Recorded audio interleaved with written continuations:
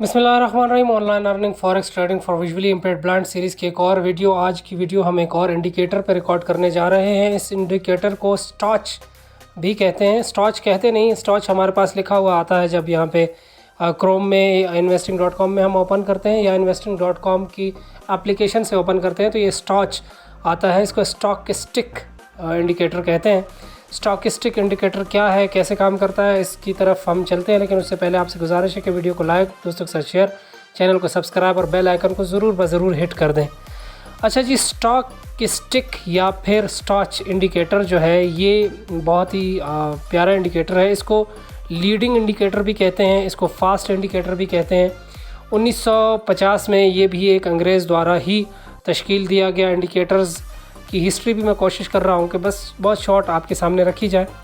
ये इंडिकेटर दरअसल short trading के लिए रेकमेंड किया जाता है, या क्विक सिग्नल क्रिएशन, यानी वेरी फास्ट आपको इंडिकेट कर दे कि that is market in by और मार्केट इन सेल, या फिर मार्केट इज़ ओवरबॉट या मार्केट इज़ ओवर सोल्ड।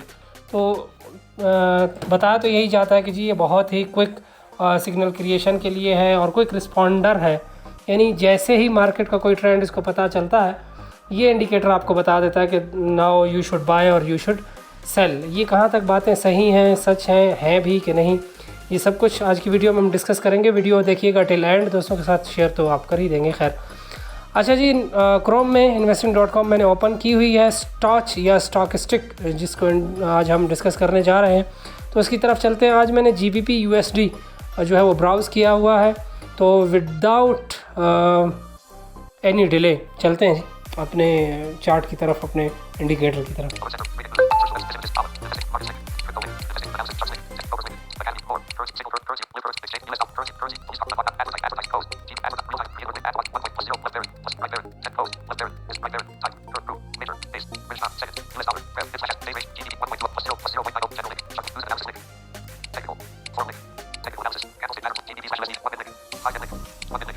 सबसे पहले हम 1 मिनट पे क्लिक करते हैं। GBP USD का चार्ट मैंने खोला हुआ है, तो 1 मिनट पे हम क्लिक करते हैं और देन स्टॉच पे जाते हैं, बताता क्या है। अच्छा, जब तक ये ब्राउज़ करके पेज ओपन करता है बताता चलूँ कि ये भी 100 के फिगर में घूमता है। जो स्टॉकिस्टिक यानी स्टॉच जिसको आप देखेंगे, ये जो इंडिकेटर है ये भी 100 के फिगर में घूमता है। इसके भी बेसिकली 3 ही लेवल्स हैं, लेकिन इसके लेवल्स थोड़े से डिफरेंट हैं फ्रॉम RSI बेसिकली जो है वो मोमेंटम इंडिकेटर है। वो मार्केट का मोमेंटम आपको बताता है कि मार्केट इस वक्त किस रुझान की तरफ जा रही है। वो सिग्नल क्रिएशन के लिए इतना कारआमद नहीं है, लेकिन बहरहाल उसकी मदद ज़रूर ली जा सकती है और वो मेन इंडिकेटर है। ये याद रखें, किसी भी मार्केट, किसी भी स्टॉक या किसी भी फ्यूचर, करेंसी और कमोडिटी मार्केट को अगर आप एनालाइज़ करना चाहते हैं, उसके मूवमेंट को एनालाइज़ करना चाहते हैं, तो मोमेंटम को डिसाइड करने के लिए आपको RSI की हेल्प ज़रूर लेनी पड़ती है। लेकिन अभी हम स्टॉच डिस्कस कर रहे हैं, तो ये एक लीडिंग इंडिकेटर है जैसा कि मैंने पहले बताया, और इसका 100 के फिगर में रहता है। तो 3 इसके लेवल्स हैं। कौन कौन से इसका लेवल्स हैं जी? 20, 50 एंड 80। आपने RSI में देखा था कुछ और था, थोड़ा सा डिफ़र है, बाकी है वही सेम चीज़। 80 से ऊपर होगा ओवरबॉट, 20 से नीचे होगा ओवरसोल्ड, 50 के ऊपर मीन्स के ट्रेंड इज़ पॉजिटिव, 50 के नीचे मीन्स के ट्रेंड इज़ नेगेटिव। तो डिफरेंट क्या है? RSI भी तो सेम ही बता रहा था, लेकिन RSI बहुत स्लो इंडिकेटर है। वो मार्केट को पूरा गौर और तशवीश से देखने के बाद इंडिकेट करता है that what should we do, और उसमें बाज़ औक़ात सिग्नल लेते हुए काफ़ी देर हो जाती है, और बाज़ औक़ात सिग्नल जिस वक्त बनना चाहिए उस वक्त हम नहीं बना सकते। बाज़ औक़ात जो है वो हमसे मिस हो जाता है, और बाज़ औक़ात हम उसको सही से एनालाइज़ नहीं कर पाते, इस वजह से हमारा स्टॉप लॉस लगता है। लेकिन ये जो इंडिकेटर है ये क्विक है। मार्केट ने उस तरफ को करवट बदली, ये उस तरफ बताएगा। मार्केट इस तरफ को करवट बदलेगी, ये इस तरफ बताएगा। मगर इसको अंडरस्टैंड करना बहुत ही ज़्यादा मुश्किल है। ये जितना क्विक है उतना ही नुकसानदेह है, क्योंकि मार्केट तो सिर्फ इंडिकेटर्स या टेक्निकल्स पे नहीं चलती, बहुत सारी चीज़ें होती हैं जिसको हमने मद्देनज़र रखना होता है। और दूसरी चीज़ ये है कि हमारे साथ being a visually impaired person एक और भी तो मसला है। हम उधर क्लिक करके गए XM में, उधर से हमने देखा अच्छा ये है मार्केट, फिर डड़ंग डड़ंग करके हम यहाँ पे पहुँचे क्रोम में। यहाँ जब क्रिश करके यहाँ पे पहुँचे तो पता चला कि जी हम तो मिस कर गए, क्योंकि क्विक है तो बड़ा मसला हो सकता है। अब इसमें जो है कुछ लेवल्स भी हैं और कलर्स, एक ग्रीन और एक जो है येलो कलर की इसमें पट्टियाँ चलती हैं। वो तो खैर हम साइटेड उसको और ब्लाइंड जो है इसको ऑब्ज़र्व नहीं कर सकते। तो बहरहाल फिर भी कुछ चीज़ें हैं जिनको मद्देनज़र रखते हुए अगर हम ट्रेड करेंगे तो कदर सक्सेसफुल हो रह सकता है। लेकिन अगेन मैं ये बताऊंगा कि practice makes a man perfect. तो आपको चाहिए कि ये जो मैं बता रहा हूँ स्टॉच या RSI जो मैंने बताई है, इसको सिर्फ मेरी वीडियो पे रहते हुए या वीडियो से जो कुछ आपने सीखा है उसको मद्देनज़र रखते हुए अपने रियल अकाउंट्स में अप्लाई मत कीजिए। वीडियो में मैंने जस्ट मोटी मोटी चीज़ें बताई हैं, इसको प्रैक्टिस आप अपने डेमो पे कीजिए। कम से कम 1 महीने की प्रैक्टिस के बाद आप रियल पे आके इसको सही से अप्लाई कर सकते हैं। तो चलते हैं जी। 1 मिनट मैंने टाइम फ्रेम सेलेक्ट किया, राइट स्वाइप करके हम स्टॉकेस्टिक पे चलते हैं।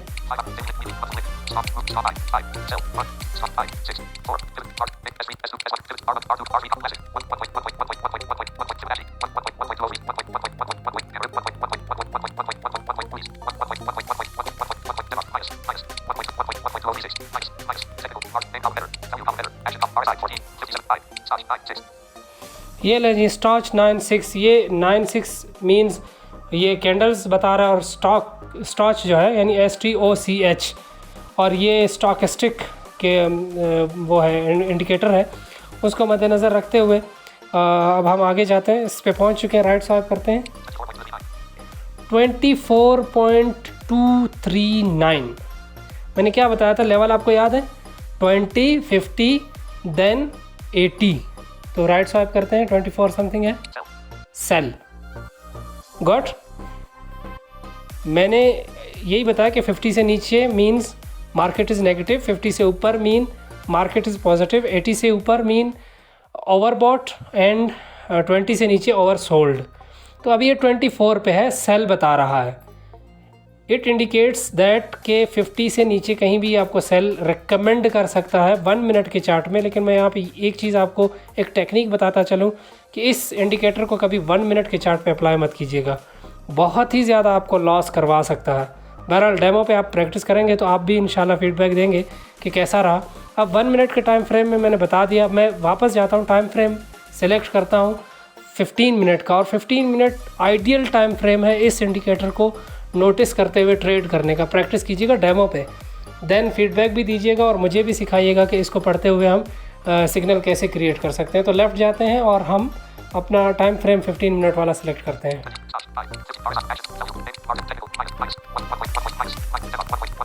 यार मोबाइल का यही मसला है, देखें अगर लैपटॉप पे मैं ये कर रहा होता तो क्विक मैं वहाँ तक पहुँच जाता।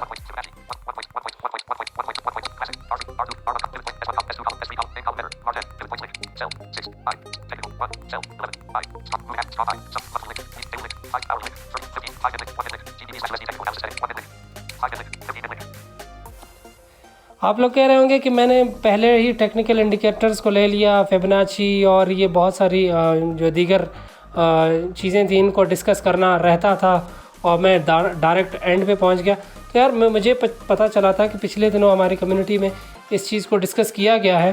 तो देन आई थॉट कि जब डिस्कस किया गया तो फ़िलहाल इस चीज़ की ज़रूरत नहीं है कि फिबोनाची को हम डिस्कस करें, और कुछ और भी चीज़ें हैं जो बहुत ज़्यादा डिस्कस करना मांगती हैं। पिवट पॉइंट को हम डिस्कस करें, हम सपोर्ट और रेजिस्टेंस को डिस्कस करें, हम ये भी सीखें कि हम सपोर्ट और रेजिस्टेंस कैसे निकाल सकते हैं। ये सारी चीज़ें रहती हैं, डिस्कस करेंगे। लेकिन ये इंडिकेटर्स मैं पहले इसलिए बता रहा हूँ कि मुझे लगा कि फ़िलहाल सबसे जो इम्पोर्टेंट चीज़ है वो इंडिकेटर है। सो 15 मिनट सिलेक्टेड है जनाब, आगे जाते हैं।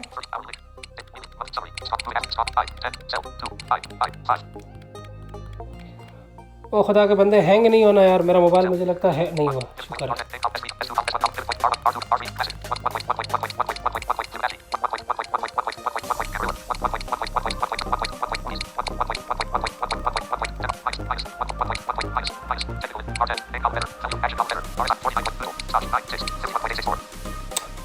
वाह जी वाह, क्या एक्यूरेट।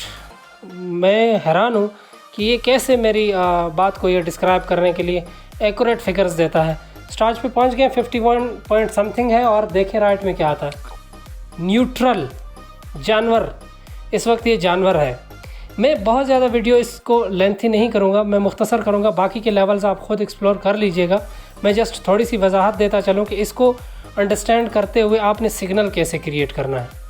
देखिए 50 से नीचे आ गया और इसने सस्टेन कर लिया।